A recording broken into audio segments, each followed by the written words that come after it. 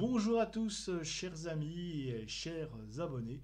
Je suis très heureux de vous retrouver pour cette nouvelle vidéo où je vais évoquer avec vous un classique, j'ai envie de dire, du genre horrifique, sorti un petit peu des films comme ça, thriller, et puisque c'est le fameux Shining, sorti en 1980 et réalisé par l'inénarrable Stanley Kubrick sur, on va dire, l'œuvre, on va dire d'après l'œuvre originale d'un certain Stephen King. Le film est sorti, je crois, chez nous, il me semble, le 16 octobre 1980. Je ne sais pas s'il a été interdit au moins de 12 ans, 13 ans, enfin bref, etc. Avec dans les rôles titres, nous avons Jack Nicholson dans le rôle de Jack Torrance, nous avons Shirley Duvall dans le rôle de Wendy Torrance, nous avons Danny Lloyd dans le rôle de Danny Torrance, et enfin aussi on peut citer Scatman Crothers dans le rôle de Dick Hallorann. Alors l'histoire de Shining, alors attention, voilà, là on parle du film parce que le livre a vraiment part sur autre chose, mais là on parle du film de, euh, de, de Kubrick. C'est l'histoire de Jack Torrance comme ça, qui va devenir gardien d'un hôtel qui ouvre d'un hôtel de saison et qui comme ça est toujours fermé l'hiver. Et il va s'installer là avec sa femme Wendy et son fils Danny, et pour passer les longs mois de solitude. Et dans ce lot, nous avons Danny qui possède un don de médium, hein, le Shining. Et lui, par contre, il est effrayé d'habiter ce lieu, d'autant que l'hôtel a été marqué par des terribles événements passés, et non des moindres, puisqu'on va apprendre qu'un certain Charles Grady, je spoil rien, hein, c'est tout des débuts du film, hein, quand il prend ses visites de fonction, son directeur lui dit, ou son manager lui dit ce qui s'est passé. On apprend qu'un certain Charles Grady y avait complètement perdu les plombs et fini par tuer ses deux jumelles à la hache. Et puis il avait ensuite, je crois, noyé sa femme avant de lui-même de se donner la mort. Enfin bref, ça c'était mal terminé, mais lui, bon, je me suis dit, oh, c'est que du racontard tout ça. Et moi, je vais m'installer parce que j'ai besoin de cet argent. Alors, il faut savoir que Stephen King, euh, alors, déteste, c'est peut-être pas un grand mot, mais on va dire qu'au moins il n'aime pas trop cette adaptation de son œuvre parce que, et c'est vrai, on peut pas lui reprocher, il aurait voulu que le public qui allait voir Shining de Kubrick considère Jack, comme dans le livre d'ailleurs, comme une victime de forces naturelles. Et c'est vrai que dans le livre, dans le film de Kubrick, on a plutôt l'impression de le voir comme un fou dangereux. Et ça, c'est voilà. Et en effet, qu'est-ce que c'est que le Shining? Alors le Shining, c'est quelque chose qui était très à la mode, hein, dans les années fin des années 70, où on commençait à avoir des études comme ça sur la médiumnie. En réalité, c'est la possibilité de voir ce qui s'est passé, de voir des moments du futur. Mais, alors, Kubrick reprend bien cette idée, mais lui, en fait, c'est traité sur le mode frontière entre les mondes. C'est plus pas vraiment. C'est vrai que si vous lisez le livre, vous avez plus cette impression de, de voir. De voir là, c'est plus. Voilà, on passe un petit peu dans les mondes, bref, c'est pas pareil. Et bien sûr, il y a cette fin du film. Voilà, voilà, cette fin du film, on voit cette fameuse photographie avec Jack Torrance, tout ça marqué 1921, qui suggère en réalité la réincarnation de Jack Torrance. Et bien sûr, Charles Grady, l'homme qui a tué toute sa famille, par contre, lui serait la réincarnation de Delbert Grady, le majordome. Donc, vous voyez, il y a deux possibilités dès lors pour voir ce film. C'est-à-dire où l'on s'en tient à une thèse totalement rationnelle, Et donc on peut voir que, je sais pas, la transformation d'un homme marqué par l'isolement du lieu, hein, il se retrouve totalement isolé dans un hôtel un peu géant comme ça, au milieu des Rocheuses, ou bah, donc voilà, le manque de pause, tout ça, le fait d'être là sans voir personne, un peu, c'est un peu confiné, hein, on va dire, eh bien ça fait perdre l'esprit à Jack qui se transforme vraiment en fou meurtrier. Ou alors, ou alors, on s'en tient à une thèse surnaturelle et l'hôtel Overlook est bel et bien hanté.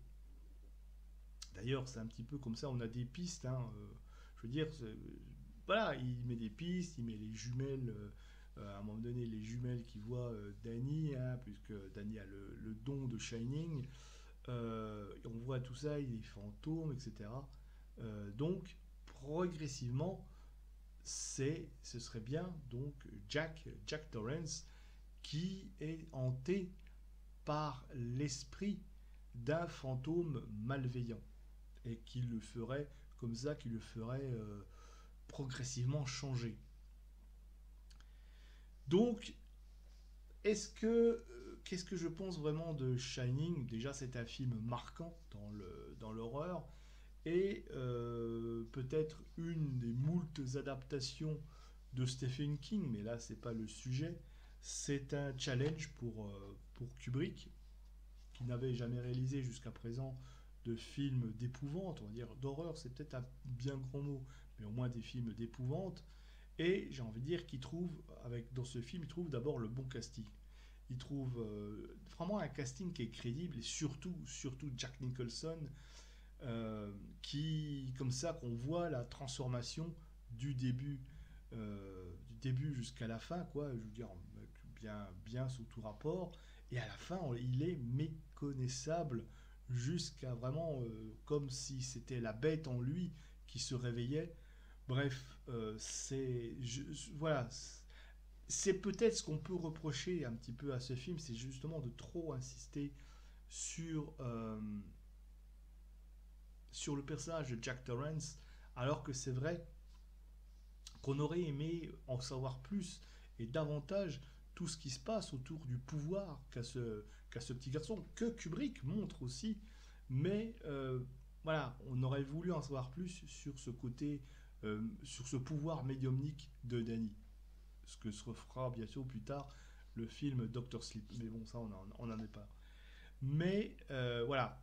Mais ça ne veut pas dire que le film est mauvais. Au contraire, très très bon film. On voit comme ça comment un, un homme bien se met à transformer. Alors, il y a eu aussi l'idée que Kubrick a voulu aussi montrer un petit peu, s'est inspiré des ravages de l'alcool, montrer ce que l'alcool peut faire comme ravage sur l'être humain.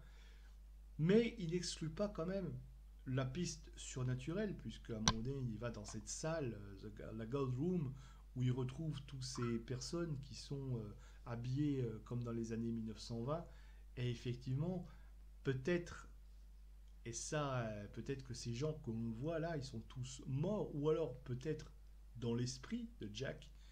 Et c'est ça que j'aime bien, c'est que Kubrick nous donne pas d'explication finale. Ou pour nous, c'est où il sombre peu à peu dans la folie, ou alors il est vraiment hanté par l'Overlook, ce qui serait possible, puisqu'on apprend que l'hôtel a été construit sur un cimetière indien, que des Indiens ont été expropriés aussi de ces terres, bref, voilà.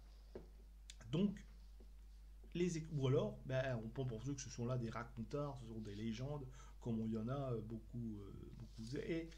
Mais ce que j'aime bien, c'est que Kubrick va pas vous dire telle hypothèse est la bonne ou telle hypothèse est la mauvaise. C'est à chacun de se faire son opinion. Ou vous vous en tenez à la thèse d'un fou dangereux, ou alors bah, vous pensez vraiment que l'hôtel est hanté.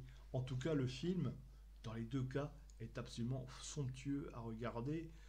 La maîtrise des scènes, les plans, la manière de suivre les personnages comme ça, de les rendre vraiment tout petits dans cet espace immense, un peu à la merci de tout ce qui peut se passer, sans voir même, je crois qu'on voit absolument pas le côté l'extérieur, quoi. Donc on a l'impression qu'ils sont vraiment confinés dans un espace. Faut vraiment pas être agoraphobe hein, pour voir Shining. Euh, les effets spéciaux qui sont bien faits. Je crois qu'il a fallu je sais pas combien de litres de sang pour faire la fameuse scène avec le sang qui s'écoule. Voilà, il y a quelque chose, une graduation dans l'horreur qui apparaît.